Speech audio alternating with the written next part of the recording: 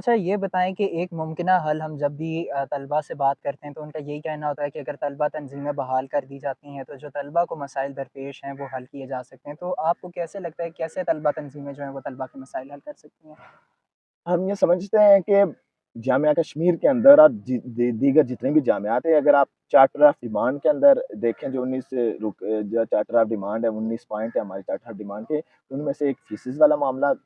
دیکھیں، باقی جو سیکورٹی اور دیگر جو ایشوز ہیں وہ انتظامی نوعیت کے معاملات ہیں۔ اور یہ جب یونیورسٹی انتظامیہ، جب یہ ان کے رویے ہوتے ہیں، بیوروکریسی ہوتی ہے، یہ بند کمرے کے اندر بیٹھ کے یہ پالیسیز بنا رہے ہوتے ہیں، ان کو صحیح۔ فیلڈ کے اندر نہیں پتہ ہوتا ہے کہ ہم جو پالیسی بناتے ہیں یہ فیلڈ کے اندر جو ہے وہ کس طرح اپلائی کریں گے، یا اسٹوڈنٹ کے لیے کون سا مشکلات آتے ہیں۔ اور یونیورسٹیز کے اندر جن ایشوز جو ہوتے ہیں، لڑائی جھگڑے بھی ہوتے ہیں، وہ انتظامی نوعیت کے معاملات بھی ہوتے ہیں۔ مطلب اس یونیورسٹی کے اندر سب سے زیادہ اگر کسی پہ جو ہے وہ لڑائی جھگڑا ہوتا ہے تو وہ بسیز کے معاملے پہ ہوتا ہے، کسی کو سیٹ نہیں ملتی ہے، حادثات ہوتے ہیں، اور یہ انتظامی نوعیت کے معاملات ہیں۔ ہم یہ سمجھتے ہیں کہ جب طلباء یونینز کے الیکشن ہوں گے، طلباء نمائندہ جو ڈیلی اسٹوڈنٹ کی جو مشکلات ہوتے ہیں، ڈیلی جو ہے وہ بس سے سفر کرتا ہے، وہ ان مشکلات سے آگاہ ہوتا ہے، جب وہ سنڈیکیٹ کی میٹنگ کے اندر بیٹھے گا، جب پالیسیز بنے گی یونیورسٹی کے اندر، تو وہ اس پہ جو ہے وہ بخوبی آگاہ ہوگا فیلڈ سے، اور وہ